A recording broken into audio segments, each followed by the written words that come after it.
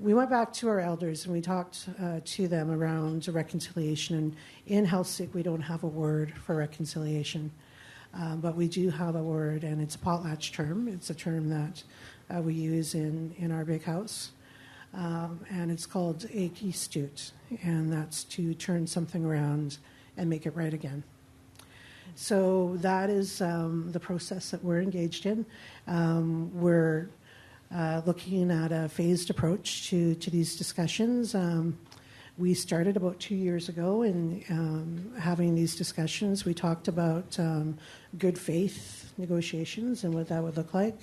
We also talked about who we are as Heiltsuk people and what our vision is and that sort of thing.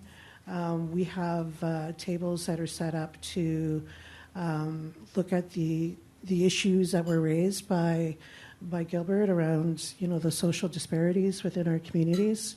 And we also have tables that are looking at the more complex issues of self-government, title, jurisdiction over our territory,